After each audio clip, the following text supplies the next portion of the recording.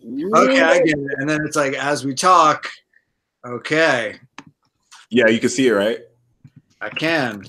All right, cool. Now it's me. It's like, as we talk, Oops. okay. Yeah, you can see it. Welcome to episode 95 of Peace Talk. I got the vibrational swag lord, Elliot Aronow, in the building, repping our show NYC. Hi. Shout out to those of you in the live chat showing love. And how you doing, Elliot? Thank you for joining us. I'm good. Happy to be here. There's a boisterous Oscar party in my living room, so I'm just going to pretend that they're cheering for me. Welcome to the Oscars, ladies and gentlemen. We will be letting out a lot of awards. Elliot and I are going to be hosting this Oscars and naming nominees for the best astrologer of the year, the best artist of the year, the best tarot card readers of the year. That would be cool. We should actually probably come back and have an official like Oscar ceremony, like the spirit of Oscars. That'd be pretty interesting. We could like look up like who's dope, and we should also do like the worst tarot card reader. Who's on the top of that list right now? All right, that'll be crazy. All right, moving right along. Yes, I love the what's behind you. You definitely look like you got some nice swag behind you. Yeah, this right here, this used to be the Polo Mansion.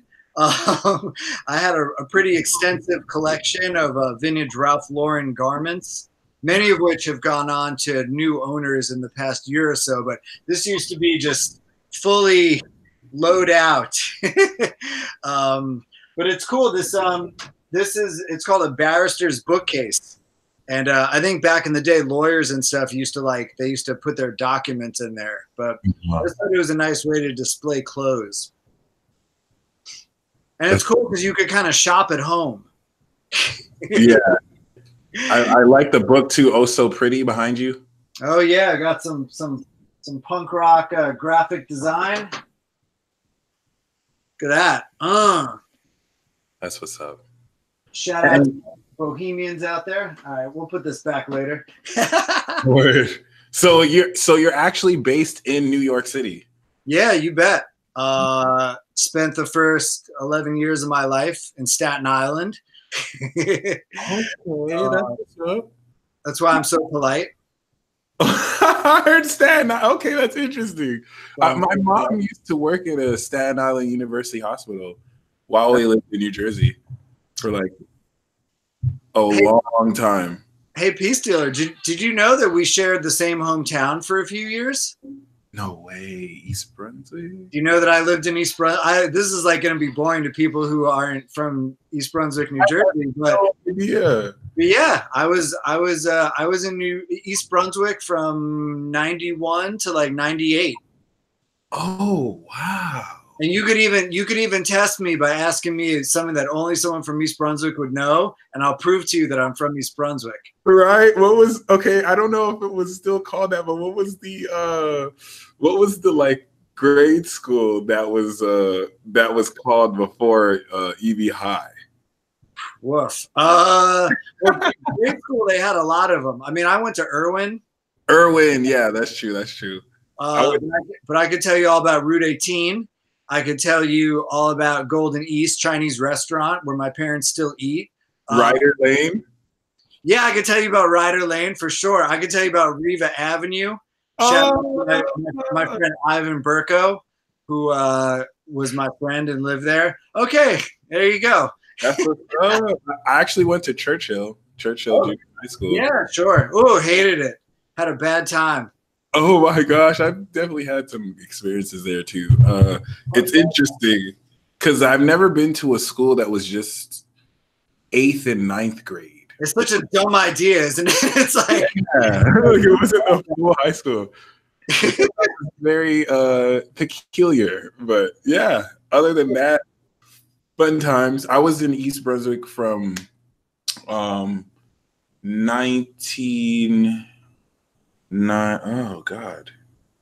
like I want to say 2004 2004 to 2008. I don't even remember. No, way before 2004. Because I moved to East Brunswick from Bergen County. Sure. When I lived in Clifton. Sure. And I remember I moved to East Brunswick I was in eighth grade. Because I actually transferred from Christian school to a public school. And then after that, I went to Churchill. And I was there for 8th and 9th grade. And then I left Churchill to go to Kansas. And then I came back to do like the last year of EB high school, which once again was interesting, peculiar to say the least.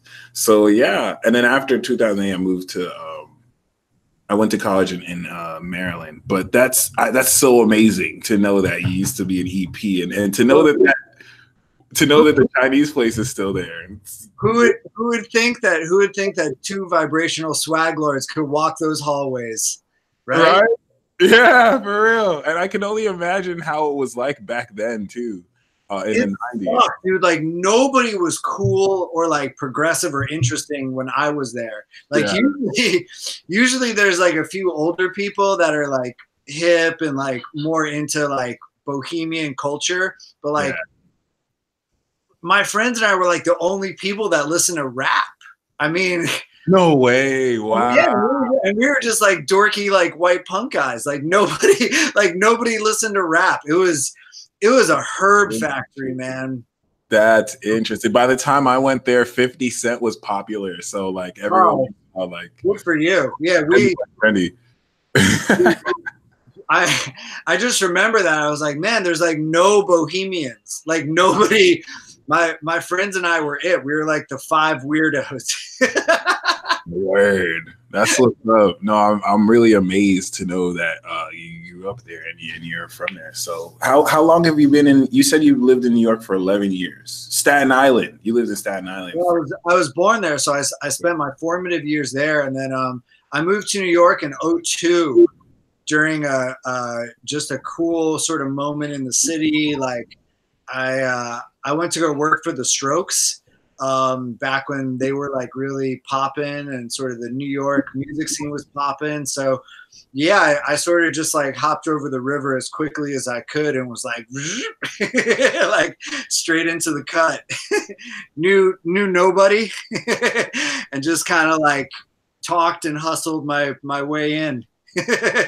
Word.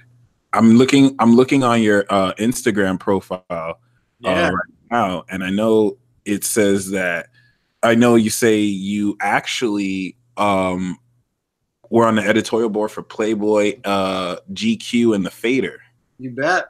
Or you are on it, so that's amazing. That's all based in New York too? I would assume. Yeah. Well, you know, before I got into this kind of ascension hustle, I was like really deep in like the fashion and music scenes.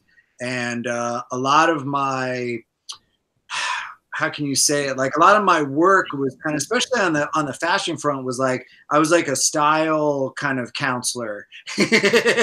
And so I was like sort of showing people like, oh, you know, you could take this and like match it with that. And, you know, if you're looking for like a date outfit, this is cool.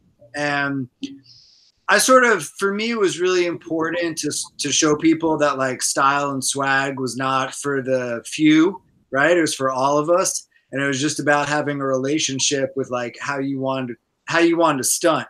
And so I've applied a lot of those same kind of philosophies to the work that I'm doing now, where it's like, as you know, from being in the game, sometimes people look at like the journey that we're on, like inner work, you know, sort of timeline shifting, all this stuff as like, oh man, it's like, I could never do that. You know, that's like hippies.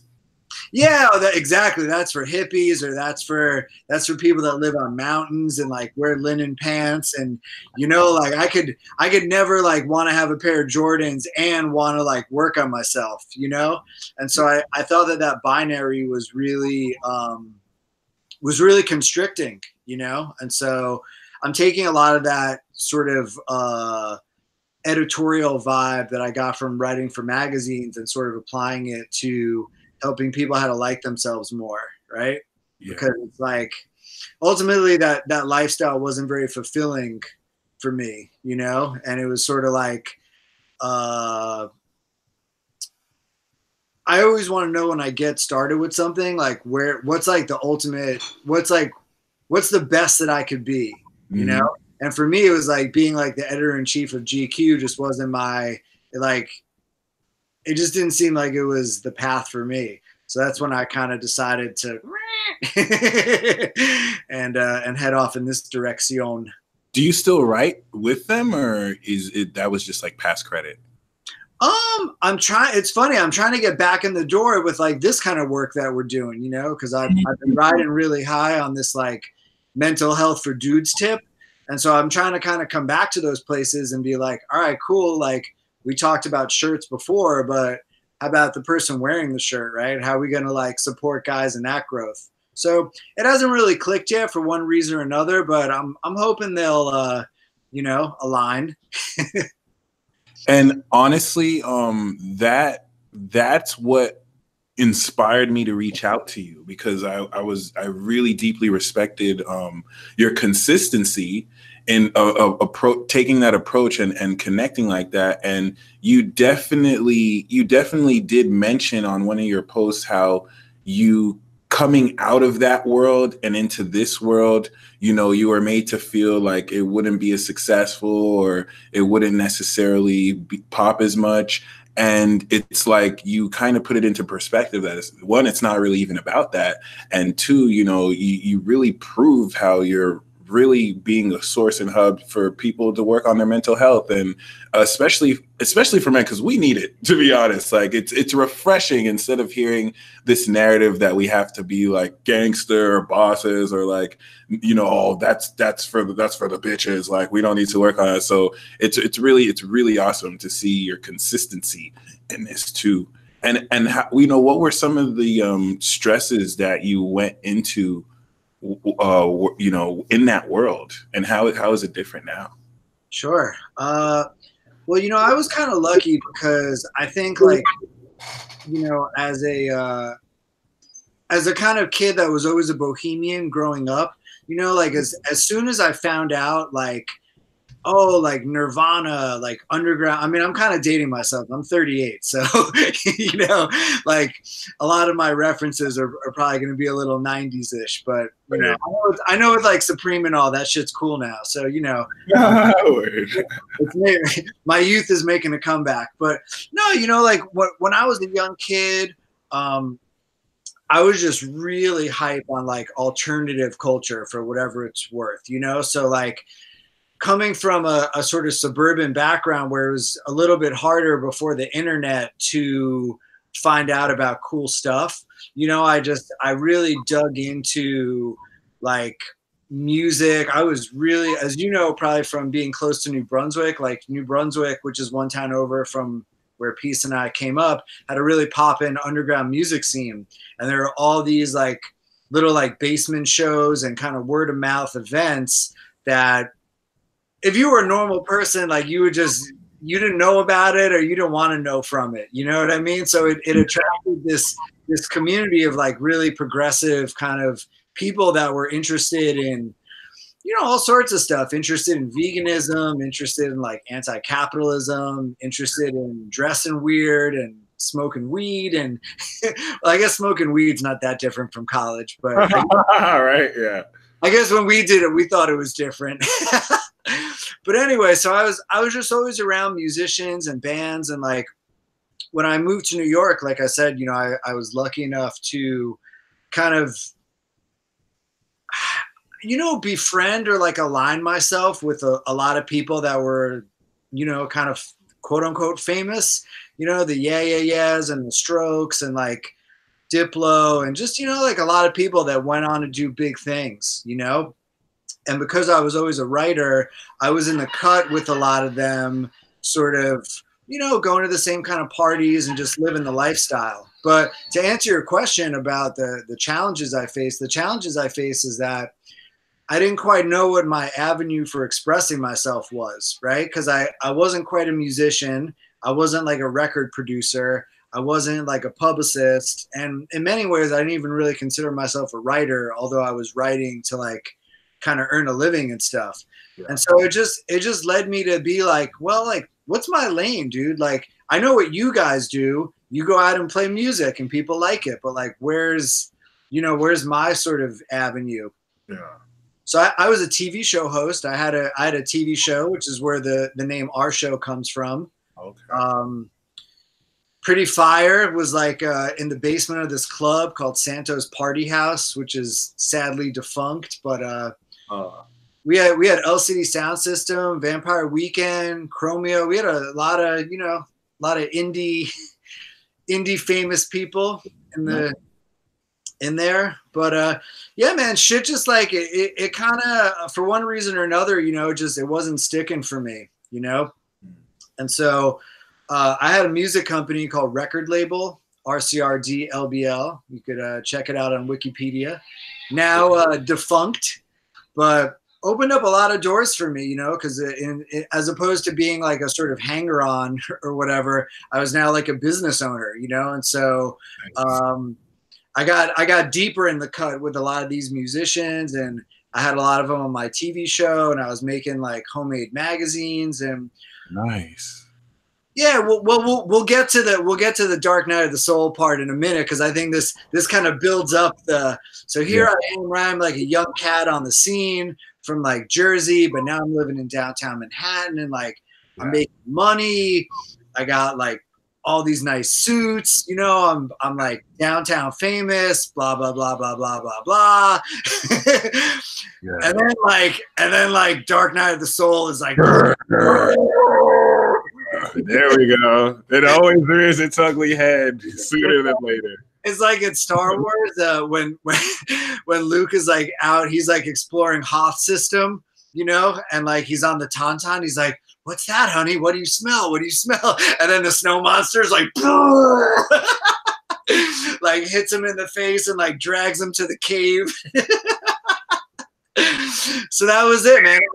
It was really just like. I pretty much lost my job overnight. My business was supposed to get bought by a parent company, and it never did. And so I went from like, oh, this is great, I got a piece of the company. Oh, let me start counting the money, to like, you have no job. And then nobody would really fuck with me, to be honest. Like I had freelanced before. Because when I worked at the Fader, I got fired, kind of on a technical foul, as we would say in basketball. But I got fired pretty hard and pretty fast. All love, by the way. Okay, I was about to say, so it's nothing too damn. Okay, all love on your part. All love on everybody's part, man. Because without that, I would have never sort of had my entrepreneurial hustle be as strong, because I would have just been having a steady check and just enjoying the glamour, quote unquote, of being a magazine editor. This is also when you got free CDs, man. People forget about this, but like back then, if you got free CDs, that was like a crazy job perk. Like you could sell them, you could just have lots of cool music to listen to. I mean, it was a real transitional sort of era. Oh, I'm slow. I didn't realize the Oscars was actually tonight. I thought that big time.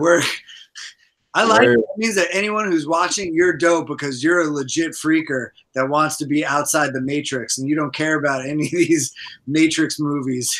I've been tuned out for a long time. Yeah. So So I guess in terms of difficulties, my difficulties were and again, all love. I was around a lot of toxic narcissists, because a lot of people that are famous people can not all of them, but a lot of them can kind of embody that role. Especially East Coast. I totally feel you. And also, when you get to be that level and you got that much pizzazz, you have there's a whole team of people that their whole job is to make you happy, right? It's like you got managers, you got your agent, you got your publicist, and then in some weird way, it's almost like your friends kind of need to be in that role. Because like one of the ironies that I kind of learned is that, no matter how much of that earthly success you acquire, a lot of people just still go to bed in their undies being sad and wondering what it's all about. You know what I mean? Mm-hmm. And it kind of taught me early on that no level of success or swag is gonna, it can't shield you from those experiences, you know? So you kind of have to build the foundation on something that's a lot more durable, you know, and a lot more,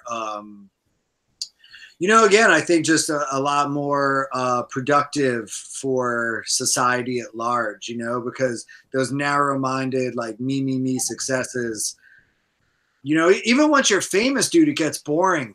You know, that was the other thing, is that I had a lot of friends that were like, oh man, I gotta like play another festival. You know, they go out there in front of however many trillion thousand fucking people. So it does get played out. It's like, oh, this again.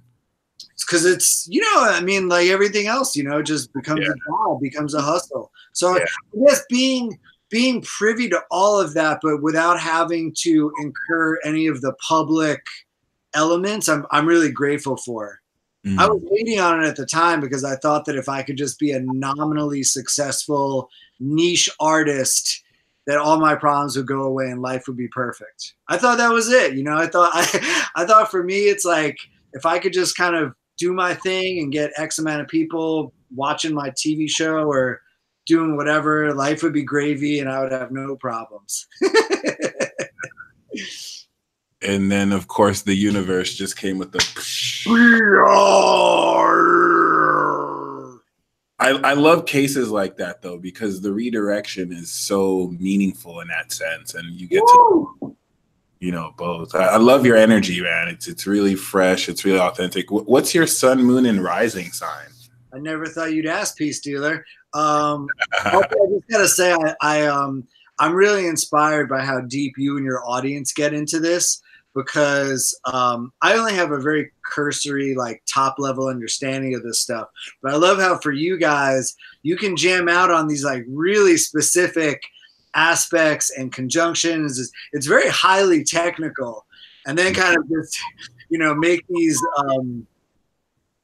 super sweeping but also super specific statements about what's going on. Anyways, to answer your question, you could probably imagine this, given my background in the arts. Libra, sun, big time. I knew it. I was thinking you were Libra. I was thinking. Man. I'm Libra as fuck, dude. That's what's up. That's what's up. Nice. Come on, man. Look at all these clothes. You know, crazy Libran. And then I think I'm pretty sure I'm a Gemini rising and like a Cancer moon. Gemini rising, Cancer moon. Nice. So you can imagine, for me, very, very challenging to I work really hard not to upset people. Because, you know, you got the Libra diplomacy and then that sort of Cancerian like emotion, or, you know, wanting to nurture others. So that kind of ties back to the music thing, because I was like, for so many years, I was like everybody's guy. You know what I mean? And it was like when famous person so-and-so and I would be out tearing up the bars at 2:30 in the morning. He's like, man, I'm fucking miserable. Like, this sucks, you know? And I'd be the guy that's like, that's okay, man. Like, look at you. You're dope. Like, you make great music. Yeah. You know how many people would want this? You know? So it was, and a lot of my journey has been jettisoning from that shit. I've been ignoring the live chat. Is anyone like hollering anything? So far, like about 2 people are like, I knew it. I feel a lot of air coming out of you. Yeah, it's why your man's been broke for 7 years. Need that earth tone. Yeah, I feel you. That lack of earth is crucial. But thankfully, I feel like ironically, because it makes sense. Because if we think of 7 years ago, that was like what, 2012. That's when Neptune went into Pisces. This was after Pluto went into Capricorn 2008. So a lot of people don't know it's been super difficult for Libras, because it's like having to change your world, but the money will come. That's the good news. Like it's you know, it's been coming since like middle of January. I gotta say, I'm very Woo! I'm really riding the wave right now and feeling super appreciative about that. Even this, man, this was like a huge deal for me to come on and just chop it up on a show where I'm such a big fan, and just I love the energy, man. My wife and I both like we're so into this, like this whole wave and the ceremonies, and just like I love again how you show such a different side of like what this scene or what this community can be, right? Because like so many of us are fighting against that the 80s like new age stigma. Yeah. Where it's like, you know, that like I gotta be happy all the time, and like let's like be positive forever, and just like anger is bad, and you know what I mean? And it just after a while for our generation, it felt so fake and forced. But all of us at the same time, like you were saying, since 2012, we're like, okay, like I don't need to be the CEO. I don't need to be the biggest rapper. I don't need to be the coolest person. But where is it, right? Like what's gonna make me happy, right? And so that's kind of where we're all at right now, is like all these different avenues, different teachers, different like kind of ways of engaging with this work and being like, yo, where is it? Where is it? True that. That was so well said. Thank you. So are you, how sure are you of you being a Cancer moon? You know, it's funny, man. My parents are like not super dead on with the exact time of birth. I know that I was definitely a night baby, which makes sense because I've always sort of been like a night person, even as a grown up, you know. But I mean, the only thing that's always felt super like hardcore resonating has been the Libra shit, because you know, I was like wildly into clothes even as a kid. You know, it was just like, I remember first day of school was like the best day, because it's like, oh, I'm gonna take this and wear it with this, and I would go shopping with my mom, and like, you know, it was the best time, you know. And my parents are both English teachers, so it's like, oh, nice. Yeah, so it's like, I don't when I say that I was like heavy into clothes, I don't want people to think that, you know, it was like I was into like fashion clothes as a young kid. But you know, my mom would take me to you know, there's this store in Staten Island that sold like 5 t-shirts for $10. And so we would go like a couple times during the school year to like load up, you know, and I was just like, I was so into it, man. So my Libran energies were crazy strong as a youngster, because I was always super into clothes, super into music, super into you know, even in my own weird way, like fly shit. You know, it's just like always into like super visual communications, you know. Nice. Watching MTV back back when it was vintage and it didn't suck. And also back when it was like crazy, because they showed like really like, my God, they had like, it was terrible. I mean, guns and like nudity and like, I mean, really bad, bad influence on the youth, you know. But it was just that era, late 80s, you know, of like a lot of visual pizzazz. So I feel like as a Libra, I grew up in a, it was a great time to be into visual culture, because it was so like. And I want to do a documentary then, because in the 80s we had Uranus and Neptune in the visual sign of Sagittarius. Wow. Which is kind of, Uranus made it weird and Neptune made it strange. So thank you so much for okay. Yeah, thank you so much for mentioning that. Sorry, I just saw like a really interesting question. But other than that, someone said there's still nudity on MTV in Europe. Yeah, well, I mean, there's always nudity in Europe, because it's not a big deal over there, you know. It's like people in America, you know, sex is the super taboo.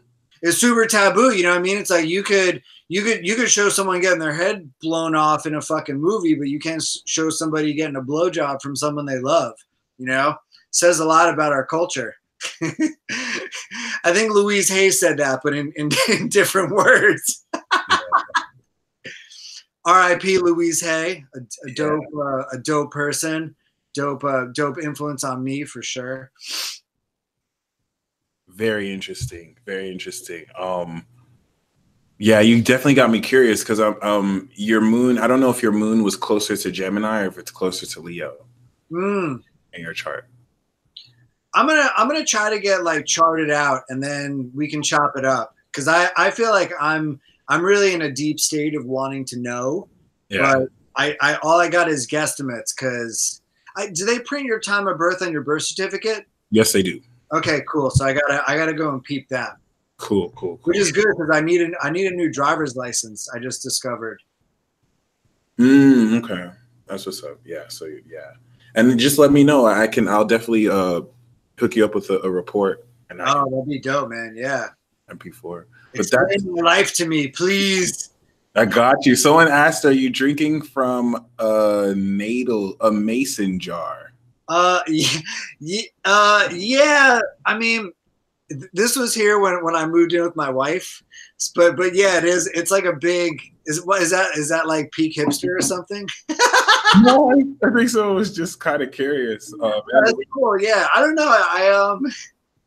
It felt like real substantial for a peace talk, so I wanted to feel like extra quenched. Word. An interesting question, man, about being revived. I'm not sure. I'd have to research that. I think the first time would be accurate, but that's a really great question. So, what zodiac sign is your wife? Oh, she's Aries, man. That's why we have a dope marriage because we're on total opposite signs of the wheel. So we got Mr. Diplomacy versus like, yo, yeah, yo, it's like this. I love Aries. It's a lot of fun. It's a lot of fun. Do you mind telling us about your love story together? How both of y'all met? Or? Yeah, you bet. Also, I should mention, she does this work too. She's like a breathwork teacher and also like sort of in like the life coaching, kind of spiritual ally game. So yeah, we're a vibrational power couple. Regarding how we met, Tinder, dog. Tinder success story 2014. Yeah, it was tight. So that was it, man. We did a swipe, and then we appreciated each other's humor, and I think she was kind of pumped because after our second date, I just come off of like a 1-day meditation retreat. So I think that she was like, I don't think she ever dated someone that was like into this life. So I think she was like kind of pumped to be like, oh, cool. You're like, you're like a dude that meditates. Like that's flavor, That's flavor. You know what's even, I just looked up the astrology of 2014 when you said that. Please. April. It was crazy because it was right after this like jumbo eclipse. I was about to say the North Node was in your sign, so it's like destiny brought y'all together. It's crazy though, because my music company didn't get bought, and so I lost my job basically. And then for 2 years, I was trying to freelance, and like nobody would hire me. And so the month I met my wife, I had to move out of my apartment, and I was crazy sad because I don't know for anyone that lives in a city, like when you could finally afford as a young person to live by yourself, it's like a really big deal. Yeah. And so I had taken a lot of, again, using my Libran tendencies, I had taken a lot of care to like, just make it fly. I bought like a grown-up couch. I bought like a nice rug, really tied the room together. And so like that eclipse came and I was like, oh, just like out of there. I had to move out. I moved in with these two grimy girls that like never clean the shower. I'm a really tidy dude, so it was like torture for me. I went from being able to walk around in my underwear and do whatever to like, I didn't invite my wife over the first like 4 months that we dated because I had to get the apartment up to a level where a lady could be there. But yeah, we met right after that crazy eclipse, bro. That was a wild time, man. That's when I first started having panic attacks too. That was like a crazy woo. Uranus was in Aries. It had gotten in there for you, but I just kind of want to for any that's why I was guided to ask you, for anyone who's interested in synastry, like they got together when the North Node was in his sign, the South Node was in her sign, and someone even commented, she's like, she tried spiritual sites to find someone, and you find a spiritual person on Tinder. So it's amazing. Amazing how that works. So yeah, definitely look at the nose. I've noticed that is so key. It's always better to know that partnership is ordained by destiny or brought together. So that's really awesome. I feel a really amazing vibration when it comes to how you feel about each other and just like evoking energy. So that's awesome. That's really awesome. Yeah, she's super fly, and is really, she holds space for a lot of I guess you would call them like younger women, millennial, Gen Z and stuff, and we all together as a group watch like the ceremonies and stuff, and it's so fun because it's like you got like this crazy flavor, like vibrational swag lord, young crowd. And then you got some of the, the people that are a little bit further along, like us. And it's cool. It's like really, I love that it's like family entertainment. Like everyone comes together to participate. Also, dude, I gotta say, I love watching you speak about the astrological reasons why younger people are like so much kind of more progressive and cool than like a lot of people that are my age. Because it's like I'm 38, and it's like some people that are only a couple years older, it's like they might as well be their grandparents. They're so rigid in like their thinking and in like their ideas about life. And I do a men's group every Monday night, and a lot of my guys are sort of in their early to mid 20s, and I'm blown away at like how open they are to new ideas and into like being distrustful of the status quo. Oh yeah. Like watching your videos really helps me to understand that. I was hoping maybe you could speak on that a little bit. Why are these young people like just so much more super duper aligned and like flavor as opposed to the kind of like Gen X folks? Great question. A lot of it has to do with Pluto. So I was going to ask you what your definition of bohemian was, but you answered it for me. Yeah. And that's literally going against the status quo, being distrustful. And a lot of that has to do with Pluto and Scorpio. The everyone born like in the late 80s into like the 90s, this is where they've grown up seeing. It's basically because of how we've grown up, because we were taught all this dogmatic religion.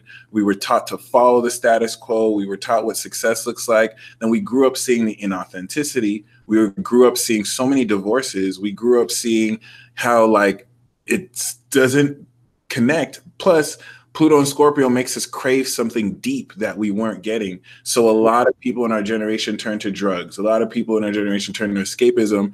And it's like spirituality has been one of the outlets. So it's really the dark side of this is anything taboo, anything that's just kind of different from status quo, in order to kind of rebel against it. But of course, some people are able to find some unique crafts, which is why I'm grateful for someone like you, because it's actually your generation that is really helping guide us and bringing your wisdom to move forward. And someone in the chat called you a vampire because you don't look 38 to them. Well, I have two secrets. I only have two secrets. Vampire.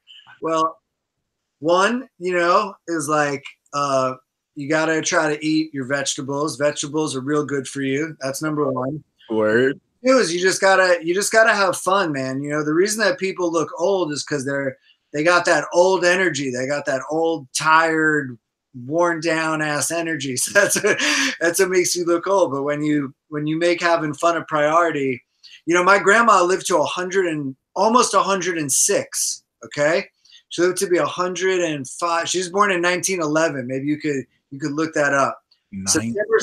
September 7th, 1911. Wow. And I mean, and she lived through hardcore stuff, man. You know, she like almost got killed by the Nazis, like all. Right. Oh, so she was like a part of the Holocaust situation? Well, she escaped, but she was definitely affected by it because she was going to become a doctor in Austria, and basically like they were like a month away from rounding up all the doctors and killing her, but she fled to England like right before them. Wow. You said September 7th? September 7, 1911. Grandma Lucy. That's amazing. Looks like she either had her moon in Pisces or Aquarius, which is a huge deal. Huge deal. She looked when she passed away, she looked like she was about 88, you know? And wow. It's because like she chose to have fun and to, you know, value like basically to have gratitude for her life. And so she never looked like an old lady because she didn't live her life like an old lady. You know, she was like rumpled and angry. That's what's up. No, how dope is that, dude? It's like I mean, can you imagine living through something as heavy as the Holocaust and you come out on the other side and you're like, you're not bitter. You're not like, oh, fuck the world. You're like, this is amazing. Like my grandchildren love me. I'm so happy to be alive. Like life is great. So I think a lot of my maybe my youthful energy comes from her, you know. Definitely a lot inherited. I love how Chiron, the healing planet, is opposite her sun, which would denote medical health care. And man, this is dope, man. I'm loving this. This is so fly. Yeah, she it never happened all the way for her, you know, which is like something that I've been working on is like healing that generational story, you know, of like not being heard. Because I think also back in her time, it was so much harder to be a woman and to be accepted seriously in like the scientific community, you know? Yeah, so true. And so I've been, and you know, it kind of went through my mother as well. And so I've been doing a lot of work myself in kind of clearing up that karmic timeline, you know? I love that you dug into Grandma Moosey's chart though. Gold mine. I mean, just seeing these outer planets, I can spend a whole 2 hours just going over this chart. This is amazing. When's your birthday? I'm October 180. Aha. So we are soulmates. You have your North Node in Leo. Let me see. Yes, I have my North Node in Aquarius. So this isn't our first lifetime. And yeah, that's amazing.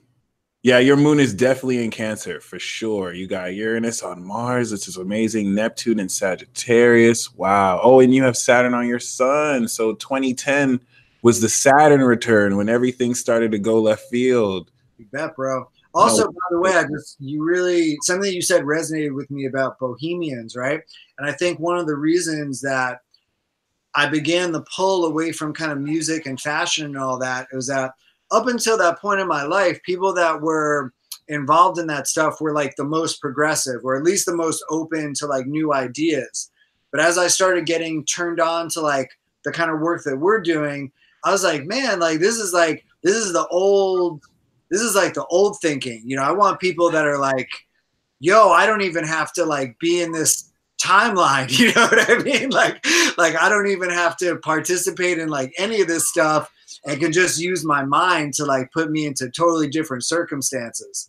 So I think for me, that was another big reason for that transition is like, you know, I was around people that were swag lords, but more in terms of like material stuff, right? Or more of a transactional swag lord. Yeah. So that's, I'm really pushing this movement of like, how do we become vibrational swag lords? Right? No, it doesn't cost anything, right? Being a vibrational swag lord is free. It's just a matter of like you wanting to, you know, put in the time to you know, engage with it. One thing that taught me it's free monetarily, but I guess it would cost like the determination and whatnot, which is totally worth it. But so grateful. I can't wait to do your chart, because as soon as you get that time of birth, please let me know, because you have some really, really iconic fast, like Venus on the North Node. It's literally your destiny to set trends in fashion. So I mean, right? Like you're and Saturn and Libra makes you an authority on fashion, justice, balance, relationships. So really dope, especially mental health. So what was I don't want to forget what I was gonna say. Oh yes. So yeah. Interestingly enough, it's kind of interesting once again, because I've heard people say, I've heard people talk about how like the Holocaust is fake. So at least being related to someone who lived it, you know what I'm saying? I totally value like people like you that can bring this into reality. Because I mean, she's not gonna lie about that, obviously. So that's really interesting. And would you say that's where your heritage mainly is from? Yeah, I mean, Musi, my grandmother was Austrian, right? And so if you know a little bit about sort of global history, you'll know that Vienna was really a hotbed of the arts and sort of really, again, like this sort of like salon culture of like exchanging ideas and being very into culture and the progress of culture, also Freud, so there's definitely that whole, sort of vibe. My grandfather was pretty much like an uneducated peasant, for lack of a better term, from like Eastern Poland, possibly with like some Asiatic blood in him, like a little bit of that Genghis Khan sort of lineage. And then, my pops, like, I don't think he didn't really know his grandparents, and he was also like not particularly close with his own parents. He was like one of those kind of cats that like, as soon as he hit 18, he was like living on his own, like sort of making his own way in the world. So yeah, in terms of where I come from, I was very fortunate in that, like, my father was always into like theater appreciation. He taught at a hella famous high school in Brooklyn called John Dewey, which Spike Lee graduated, Foxy Brown, Fab Five Freddy, who's like one of my superheroes, rap pioneer and MTV personality for any of you youngsters. Because I realize that talking about these people, it's like, like who's that? But Larry Charles also, who created Curb Your Enthusiasm along with Larry David.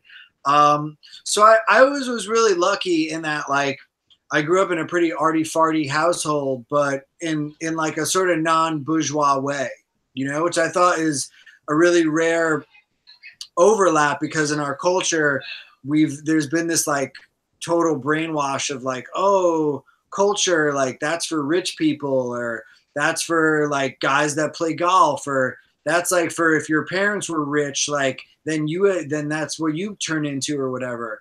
So I was into all this like sort of culture, but just through my grandma and my dad, and it was in this like kind of hella like working class way. Yeah.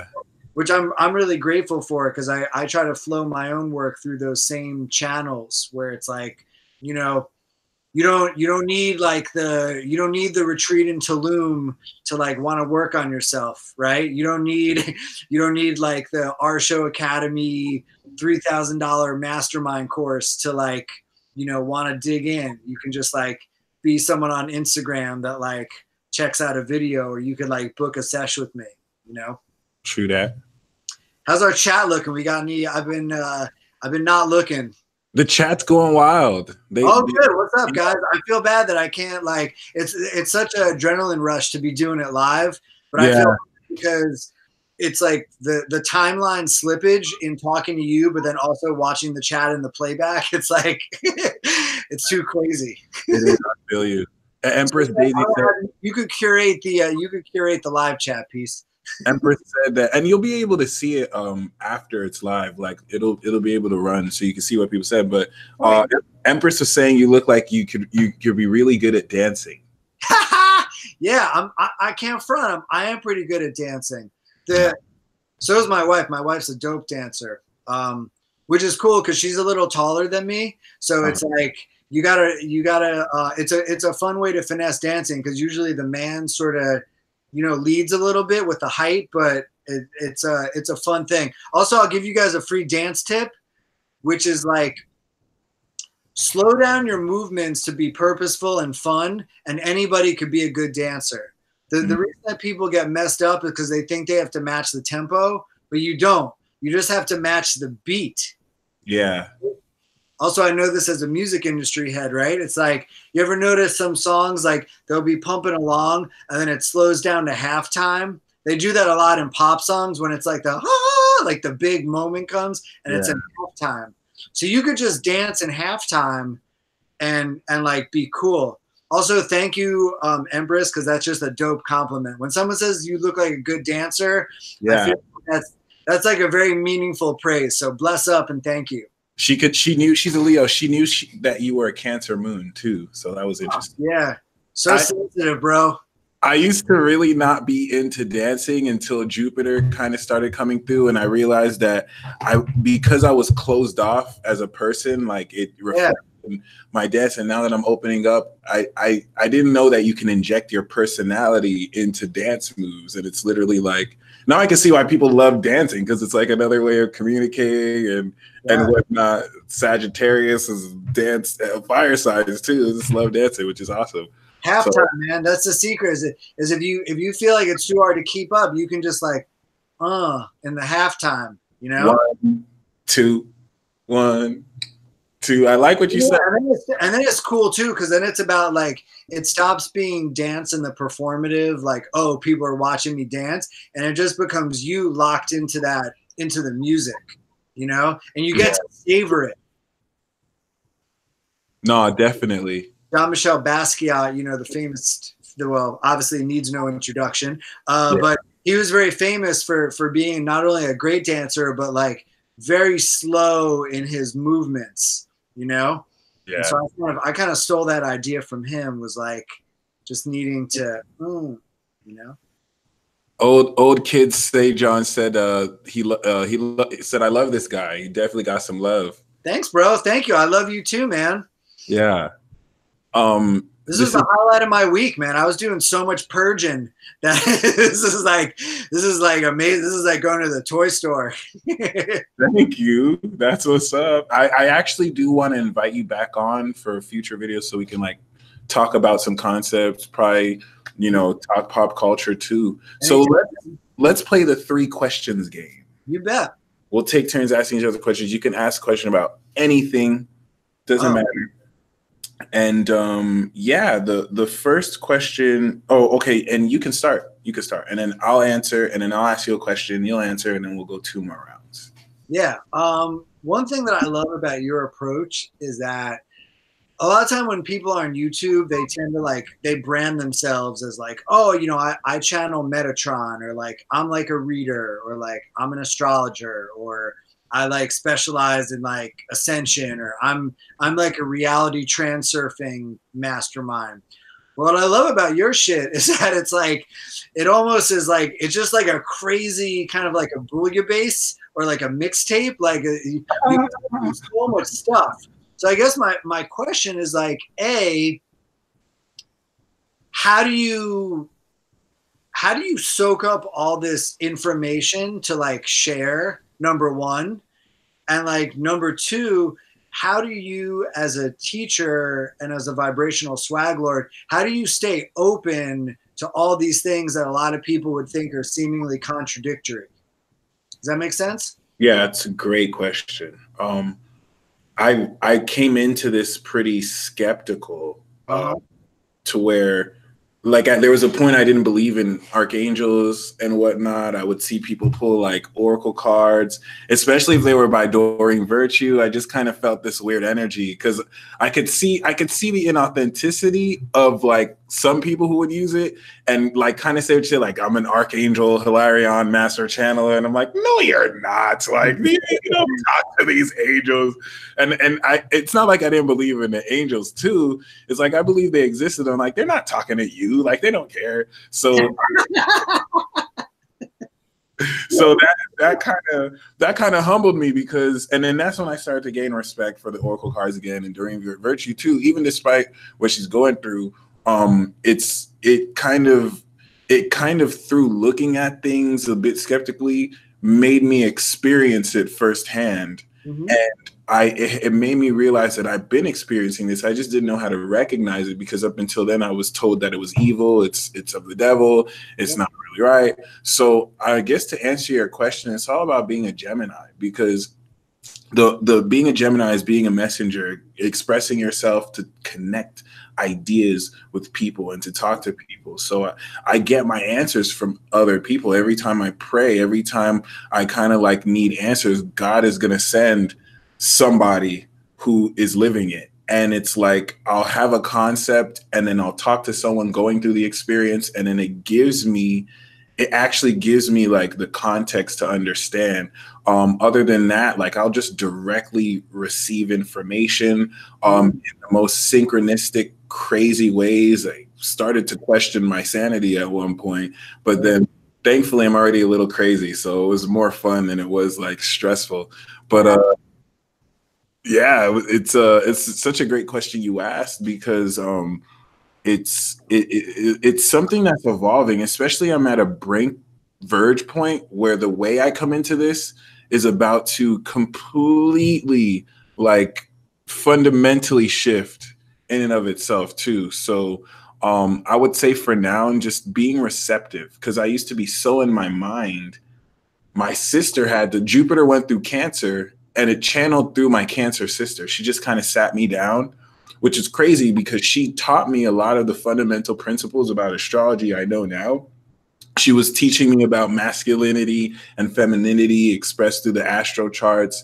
And it's funny because now she's skeptical of it. Now I'm trying to like convince her and I'm like, yo, you taught me some of this stuff. So that's how I know it channeled it. But she was kind of just teaching me to be more receptive, that whenever I'm too masculine, it's why I make the dumbest mistakes ever. And I just need to tap into my feminine energy and just receive and just kind of come through. So being receptive has allowed me to kind of try not to make sense of everything I see and just take in what I say and then express it. It may not make the most sense to me, but it'll make sense to who hears it in a certain sense. So yeah. Oh, nice. Thank you. No problem. My question for you is what is perhaps the most what's a very synchronistic event you've had that really transitioned you from realizing, oh wow, this spirituality is a lot more serious? Because I get the sense you're always open to it, but what's like an event or a series of events that you had that kind of let you realize it's going to be all right? Like I'm definitely protected, in good hands, and I'm walking this path. Yeah. Well, I'll be honest, a lot of the time I haven't felt that way, because it's like, between, like I was saying before, like my sort of familial history, as well as transits that I'm sure you could talk about much more coherently, I've kind of had a hard go, the past 7 years. And so I think the first synchronicities were just like getting me the fuck out of that like old life that I was living and being like, nah, man, like this isn't for you. Like you're not supposed to be like this fashion and music, whatever, like swag lord type dude. And then in terms of the other synchronicities, I was lucky, I have a meditation teacher named Melissa McKay, who's really dope, that was very funny and personable, and she taught like a manifestation class at her apartment. And so we just started digging into like those real basic, like the Michael Lozier Law of Attraction book, and like obviously some early Abraham stuff.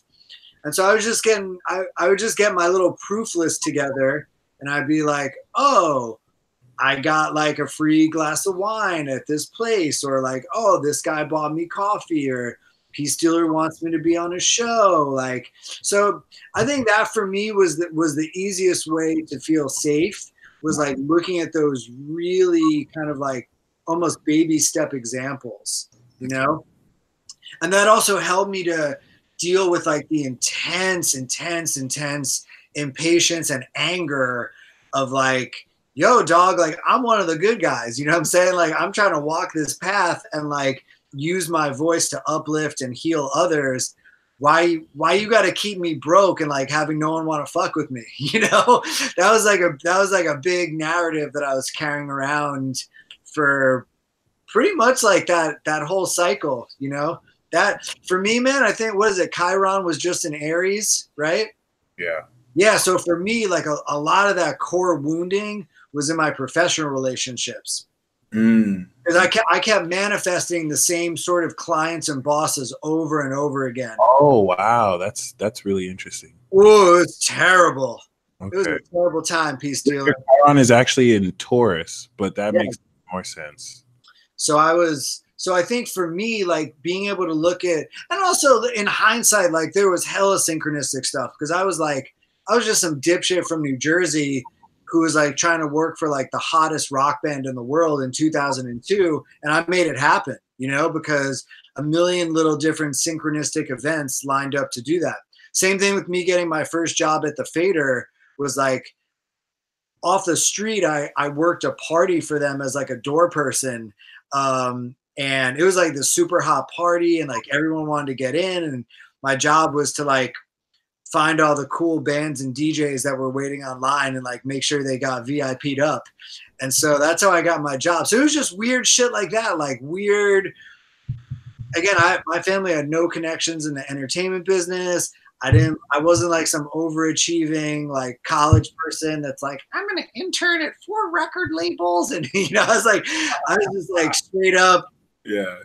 I was straight up just like attacking it as soon as I graduated. So I think in hindsight, like a lot of that stuff was hella synchronistic, but in my day to day, I look for this, man. Like, oh, dope. Peace Dealer wants me to be on his show. Some lady wrote me yesterday being like, I do retreats in Costa Rica, and I love that you worked in music because I did too, and I think that you're cool. Come to Costa Rica, which is dope, because my wife and I were just talking about how we're going crazy because we haven't been on a vacation in so long. So it's that, man. I just, I always call it like green lights and parking spaces. Just like the little niceties. That's awesome. Let me we got any fun stuff in the chat? Yeah, somebody actually even said earlier, let me see if I can find it. So I was looking for a video right now. Oh, there we go. Someone was saying, the same person who said you're a great dancer, she said that when she sees you, she thinks of Daniel Bedingfield, gotta get through this. Is that a song? Yeah. It's Gotta Get Through This by Daniel Bedingfield. All right, cool. I having not heard it. I don't have too much of a comment, but that's cool. I'm glad it was musical. Yeah, no, it's amazing. Let me see what else. Gotta get through this. By the way, I just want to say that like low key, I was really hoping that before the talk ends, we could do maybe like a rap, because I know that you love rapping and I love rapping. So I was hoping maybe at the end we can do some little. I would love that. I would be so honored. Right? We could just kick some quick bars, but that'll be really for like, if you watch it till the end, you get right. Yeah. Yeah. That's amazing. Acapella bars. Yeah, definitely acapella. Hell yeah, I'm with that. I am totally with that. So, personally, we're on round two. Yeah, round two. I was gonna ask you, what's been like the hardest, like darkest duties, like shadow work that you've had to integrate since you kind of got on this path, and how have you like sort of looked at that side of yourself, and also how did it manifest? How did you even know that it existed? Such a good question Thank because you. honestly, that has been the past few weeks and years for me. It's all my behavior. That my dark night of the soul, basically, I'm finally coming out of it, but I've realized I've had some narcissistic tendencies, which Mhm. is why I really like to humble myself as much as I can. Like, I've been so much of a hermit that it really revealed to me why I like to push people away. It revealed the toxic behaviors regarded around the expectations I place in relationships, which I'm grateful for because I'm able to look at it such an objective way that I can now break through instead of playing the victim. So, Mm.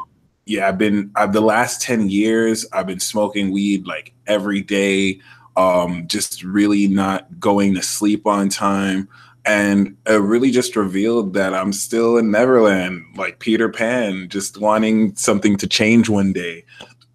So thankfully, I'm in a position to like transform that, change it out. It's happening slowly but surely, just taking things slow, and not being so goddamn lazy. That was really the root of the toxicity. Like, um, kind of pushing myself more, but then I realized a lot of that had to do with not really being taught well, like being pushed to be a certain way that I'm not, and that helped me accepted, my own personal energies. Like I had a reading with someone human design who was actually reassuring me that I actually didn't have to do the things I thought I had to do, like working out every day or like even some mundane things given my human design. It doesn't mean that I still can have discipline, but I can at least do things in different ways. So I would say that like the toxic behaviors I have around addiction and around really when things start to get hard, I just kind of give up and do something else, which can be very Gemini. Like we start things and we don't always finish. Yeah. But I mean, I'm definitely stepping into adulthood and it feels great. It feels like I'm aging like fine wine. So I'm excited to tackle all this and start eating more healthy. And I would say the deepest part, though, is a fear of intimacy because every time I've tried to like every time I've opened up, every time I've brought spirituality into something, I've been deceived, I've been betrayed, and I've subconsciously allowed that to push people away. And I didn't realize how much a part of me wanted to be in relationships, but a deeper part of me just doesn't want to be vulnerable and Yeah. to connect. And that keeps this distance between my friends, between people I want to get to know. And yeah, I'm just kind of be working on that. Thank you for asking. It's very therapeutic to express too, and to bring it. I think also it's like, when you and I and other people that do what we do, when you step into service, it's like, I feel that sometimes asking a question like that, it's like for everybody watching, they're going to know, oh, okay, cool. Like it's not just me. You know what I mean? Like everyone has their stuff that they need to confront. I feel you on the weed tip, dude. I mean, I stopped January 1 of 2018. Yeah, 2018. But Oh, I was a prodigious pothead for a good 20 years. And nice. I was kind of lucky, because a lot of people in the music business, you sort of socialize and you get fucked up a lot. And Mhm. I was lucky in that way, in that I was never really predisposed to drink or do hard drugs, but I was like a hardcore stoner. And Mhm. especially during the early phases of my dark night of the soul, it was like I felt like unseen, totally unheard. Like you, man, hermit mode. I mean, that's something that I'm just now, like the past 2 weeks, getting out of, bro. Is like I was crazily hermited up. My Yeah. wife went away last weekend with her friends upstate to have like a cute time, And I straight up, like, I left the house to go buy like a red pepper, and Yeah. like that was it. You know, I was just Word. and again, it was so crazy for me because as a Libra music industry dude, you can imagine I was like Mr. Man on the town every night. You know what I mean? I was like knew everybody, was always talking in the cut, you know? And so to have to adjust to that into your Dark Night of the Soul hermit phase was woo, It can get addicting too. Yeah, it is addicting. And also, you know, like again, I don't like to use affirmations of like, oh, I don't have money or whatever, but you know, I've been struggling. Things are turning around, you know, thank the Lord, but like I was really living on meager means for a while, and so you're not as inclined to go out and do shit because you're like, oh man, it's like $6 for the subway, and like what if I, you know, do this, or what if I get hungry on the way, and like, you know, I would buy like a bag of potato chips sometimes just to like take the edge off, you know? Yeah. That's why all this good shit that's happening now feels like 10 times as awesome. You know what I mean? Because like when you've lived the potato chip hermit lifestyle, it's like, oh yes, this is amazing. This is so fun. You know?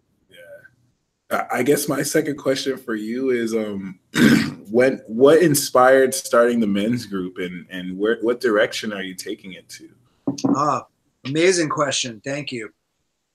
I think for me, again, as a style writer for GQ and Playboy, and sort of someone who had a real rep for being a fashion expert, as I went through my own awakening, I just became a little bit less interested in clothing because freestyle tip, everybody, buy the best shit that you can afford the first time and then just like use it a lot, you know? Oh, word. Okay. Word. Like for me, I'm literally wearing the same clothes that I bought 7 years ago back when I had money, you know?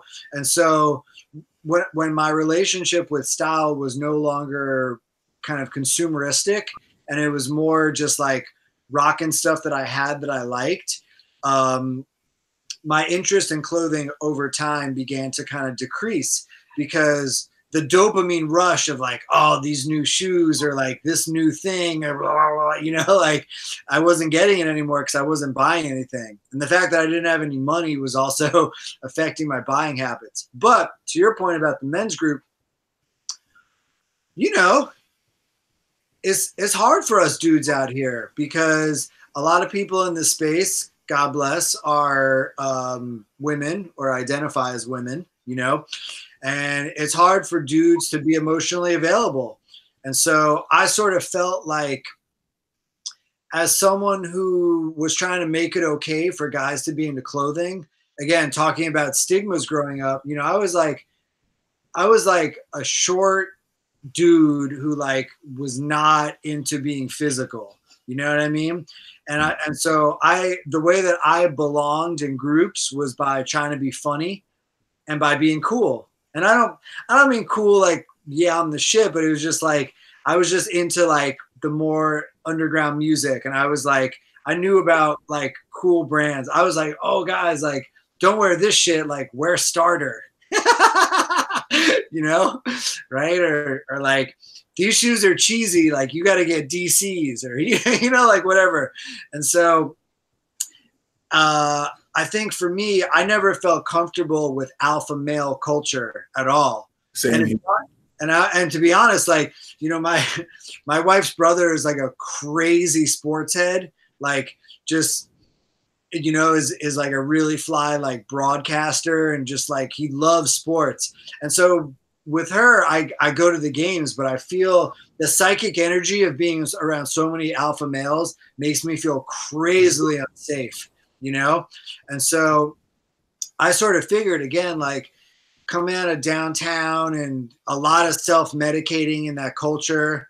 And I say that with no judgment because I did it myself for years. You know what I mean? I was like, every day when I got home from work, just getting super zooted.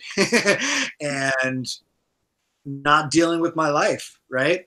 Yeah. And so the men's group was really like, all right, you know, I've always been a DIY dude, you know. I mean, if you look at our show NYC on YouTube, you could check out some bits of my show, but like that whole shit was like unsanctioned, you know. It wasn't like Vice was like, hey Elliot, you're like a profitable tastemaker and we're gonna give you a budget to make like a disruptive television show.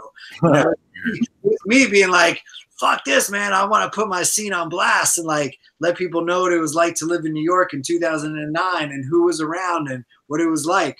And so coming out of all that, I felt like I wanted to be a connector between the culture scene and the work that we're doing, right? And I felt that men were crazily underserviced in this work. You know what I mean? It's like therapy, yeah, but like my shit's not, our group's not like therapy. You know what I mean? It's like it goes back to, I feel like the primordial past of like sitting in circle and holding space and just like getting in there. And also, you know, being able to bring my humor and I think that like joie de vivre to it. As you know, bro, like so many healers, it's like, woo, it's crazily heavy all the time. And there's a place for all that. But I think the reason my men's group has we're starting a digital one, by the way, on Zoom. So now anybody anywhere can be a part of it soon. So just keep a watch. Nice. You could DM me on Instagram if you or your boyfriend or somebody wants to join at our show NYC. Hit me up. And to be honest, man, it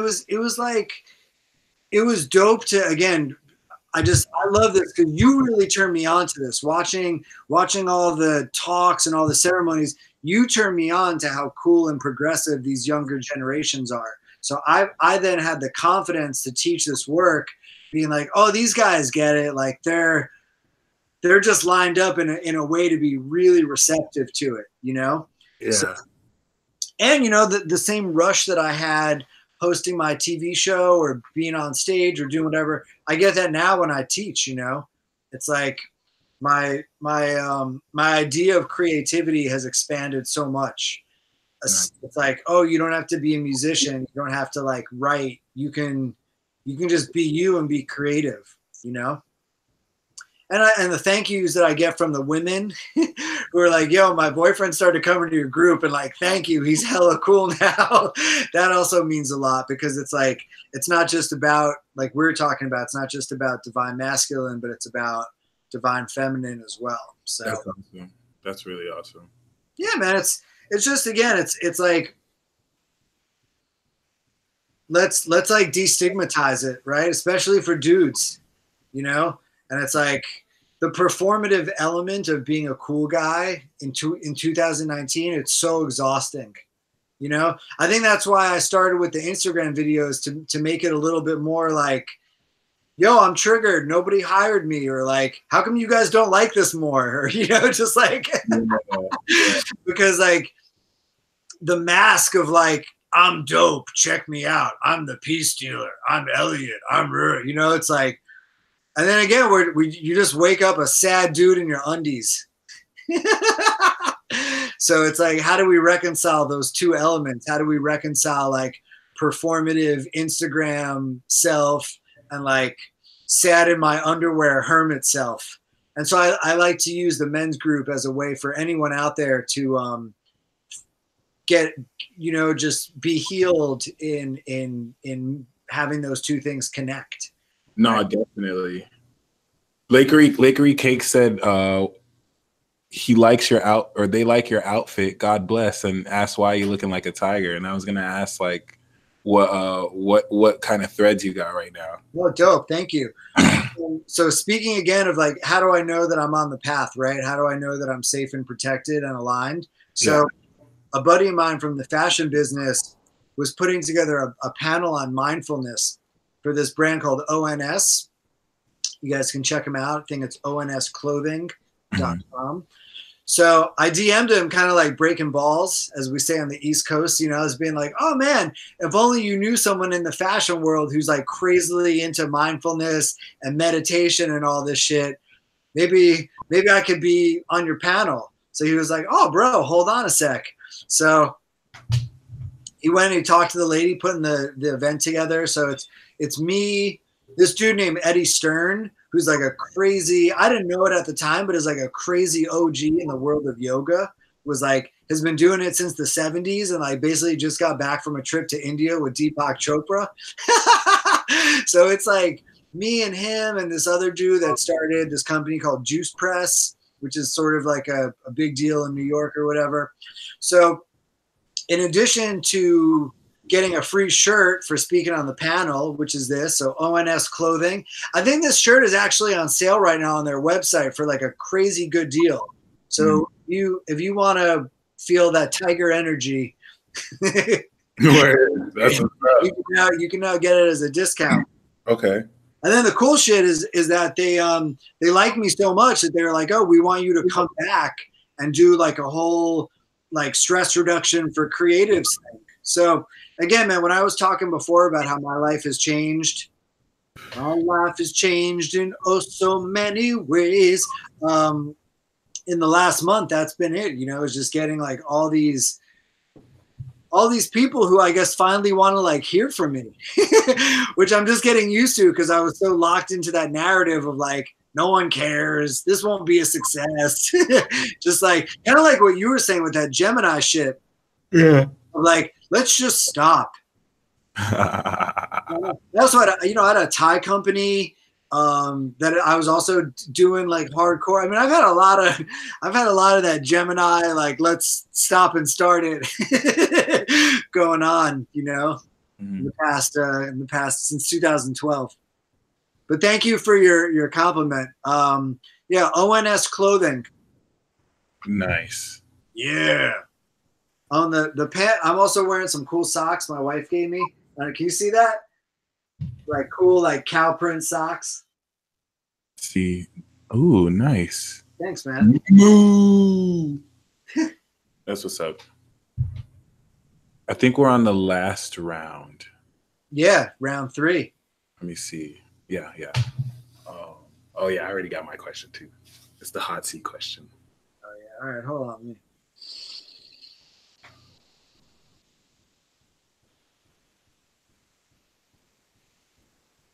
Yeah, so I guess for you as a vibrational swag lord, knowing that you can like plug into any timeline and like collapse these old ones, walk me through like your perfect timeline that you're about to walk into, and maybe just kind of dig into like why it's a lot of fun for you and like what's going on in that timeline. Thank you so much. I know how much I needed to answer this right now. Okay. Yeah, well, we here, baby, and we know each other, so it's like I knew you wanted to talk about that.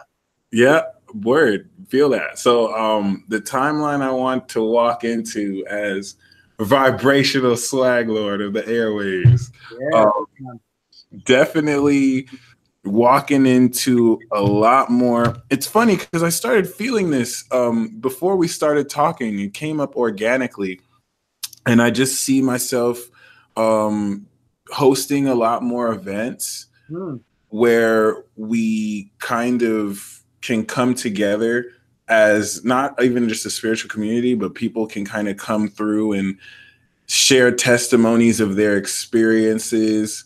It'll allow people who kind of feel segmented or like they don't have a voice to kind of come through and speak their truth. And I see myself like kind of booking local artists and indie artists to come and perform and then network. And I'm just kind of like this hub, and I'm looking fresh too. I'm actually not looking homeless, and I'm looking all wearing nice robes on, or not, maybe not a robe, but I'm definitely a robe. Driven with some swag a little bit. And I definitely see myself like traveling to Cali to buy some merchandise and sell it, and also touring really traveling the world. Like right now, I'm stepping into building this base right now. It'll be in Vegas soon. I want presence in Cali. I want presence in New York too. I can't wait to go to New York. This is gonna be so fun, and definitely will contact you and kind of just spread the word, spread the awareness, let people know, hey, like we're the $1 billion vibe tribe is out here. Like you can have a $1 billion vibe as well. Let's connect. I definitely want to be a hub and source for people to basically network with each other and connect and find their soulmates, because they all congregated to an area. And I really see myself coming into more of production and actually producing like original sitcoms and content that are more astrology, tarot, spiritually flavored. Actually going to start a record label soon. Nothing too big, but the best part I can already see is just scouting for artists, finding people with talent, and then funding their album releases and at least shopping them out to labels. So like come through my label, they might get signed to a major, or they might choose to stay, and we just kind of like rock concerts. So it's cool because at first I wanted to be more the artist and like be in the spotlight, but now I'm like, no, I want to be the manager now and like kind of foster young talent. And I'll still like be like in the spotlight here and there, but yeah, it is what it is. I definitely want to explore the other side of me, which is more extroverted and doesn't let certain psychological mind tricks get in my way of connecting closer with people and definitely be more intimate and whatnot. That'll be cool. And yes, I'm definitely coming to New York. It's been long overdue. It's something that was interesting because like I've been in New Jersey for a long part of my life, but I've never been to New York. I've never been to downtown, especially as an adult. And I didn't realize what I was missing because I heard the nightlife in New York is pretty interesting. By the time I started to get into it, I was in Maryland, and then I went to Texas, and I haven't been back East Coast really since. So there's so many old friends to visit, new people to see. I feel like it'll be dope, super, super dope. I'll see if I can do an NYC hangout. That's going to be so lit, dude. Yeah. Everyone in the chat, let's send those vibes at that timeline manifest, man. Woo! I want that for you so bad, dude. I know somebody out there.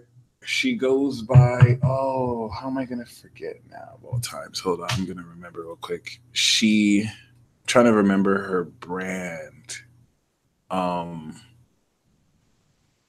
be wait. Well, I know she has a shop out there, so I'm gonna contact her and see if perhaps I can host something at her shop. She does Reiki. She does like she sells some stuff out there. Here's one of Demir Life. There we go. She goes by Demir Life, which is pretty cool. And yeah, I'll see if I can collab in that way. And yeah, thank you for setting that positive juju. It's good. So bad for you, my man. And my last question for you, the hot seat question. What are your 3 favorite zodiac signs and the 3 signs that give you the most challenge? Ooh, all right. Yeah, sure. Definitely gotta shout out Aries for one of my favorite. Definite wifey energy. I think also, Gemini, like, arties, definitely into the arties. And then I think Pisces, man, just like those flexible kind of emotional people. Mm-hmm. In terms of my least favorite, this one was easy.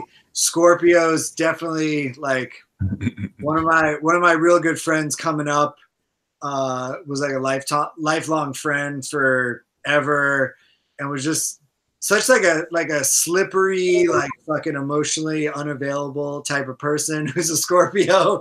And it used to bum me out so much because I was so effusive and He's also like mad reserved. So it's like whenever we went out with a group, I would have to be like the ringleader and like get everyone talking and make sure everyone's having fun. And he would just be all like not talking and like creepy.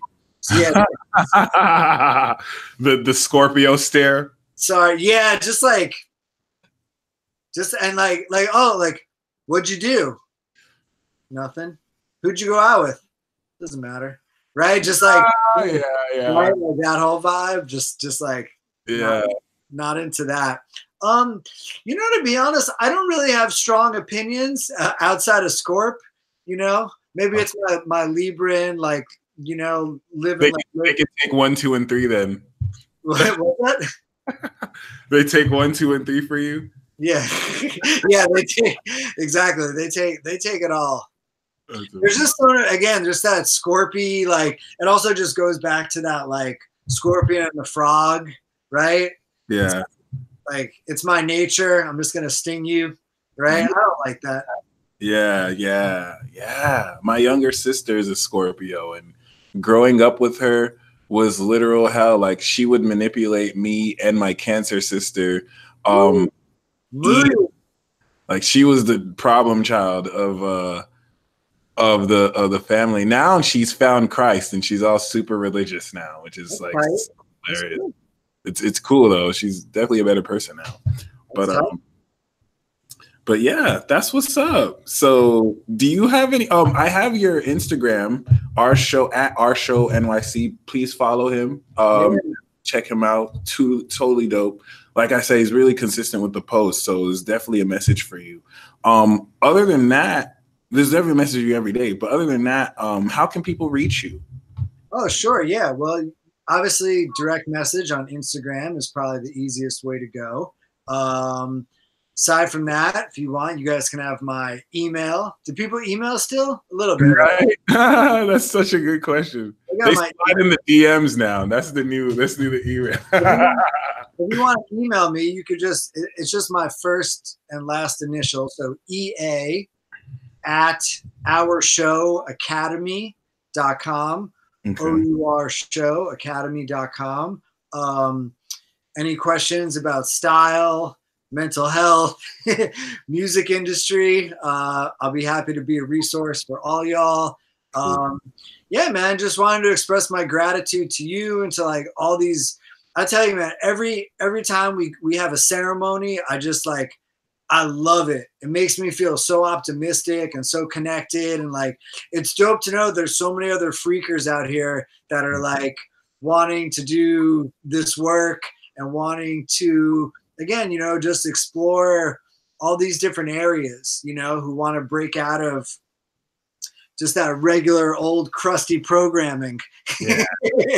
Feel you on that. Right? Yeah.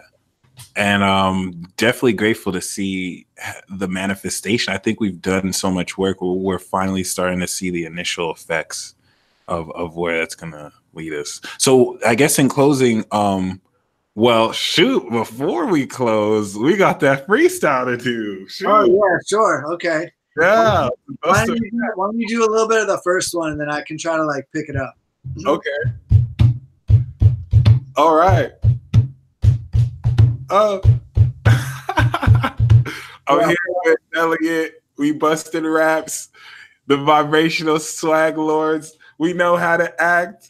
I got my shades too, cause we spit that flame and it shines so bright and we far from lame. And it is what it is, cause it's not a game. But you know we ain't playing. And it is what it is, cause I said it 2 times and it's still legit. If you got a problem, you're gonna have to see me. But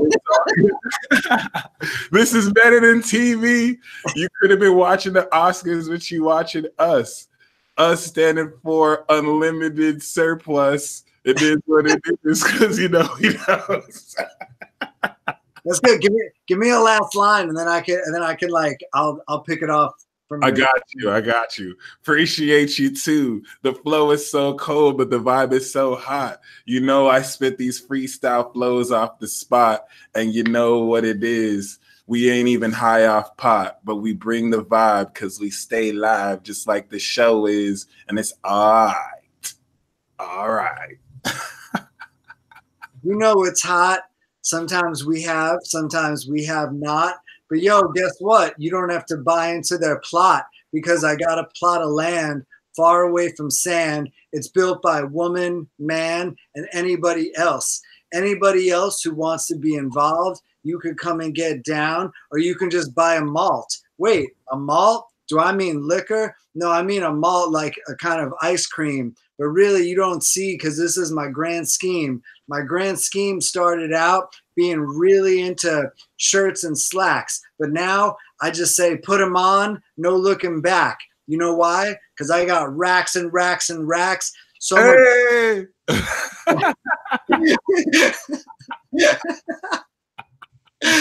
Yes. So that was fun. All right, that's it. Yeah, I feel like that was much. I love how we got the glasses on too. Look at this. I went for my third eye needs glasses too. We got anybody else in the chat want to do like a last minute question ask? If not, I understand if you're tired and you want to just turn it off, but no, it's all good. Actually, in the meantime, I was going to ask what final word of advice do you have for people walking in their spiritual path? Yeah. You don't have to be perfect just to be okay. You don't have to, like we were saying before about how you incorporate so many flavors into your teachings. You don't have to like resonate with any one kind of teacher. And don't feel bad if you don't resonate with somebody else. And don't even feel bad if you resonated with somebody 6 months ago and you don't resonate with them anymore. Yeah. I think it's like, it's not your job as like the seeker to fit into someone else's paradigm. It's like your job to be true to yourself and see who resonates with that vibration. Yeah. Right? And just respect that vibration is always changing, right? Because as we ascend and as we purge more and as we get rid of those lower densities, you know, you're going to need like more of a high quality, you know, uncut vibe, so to speak, from your teachers. True so that. Don't feel bad if like some old shit that used to be you isn't you anymore.